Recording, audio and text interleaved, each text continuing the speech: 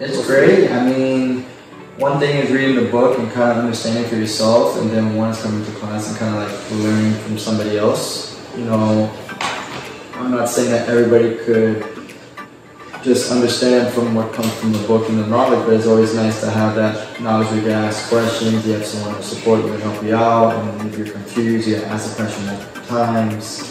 I liked it. I preferred coming to a class and learning about this experience rather than just getting behind the computer and kind of just reading it and trying to figure it out on my own and be hours at end on a computer. Because I run my own business, so I don't have much time to go back and forth. I don't have that much leeway time.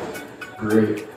You just, all the questions I would have to ask, he would answer them clearly, and if he couldn't really answer it right there and then, he'll show me like examples in order for me to understand it better and help me.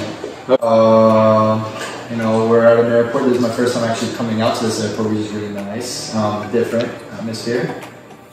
Yeah, I would definitely consider it. I actually found this class out from my aunt. She said a friend of hers took this a couple months back, and she's doing video photography for some major companies.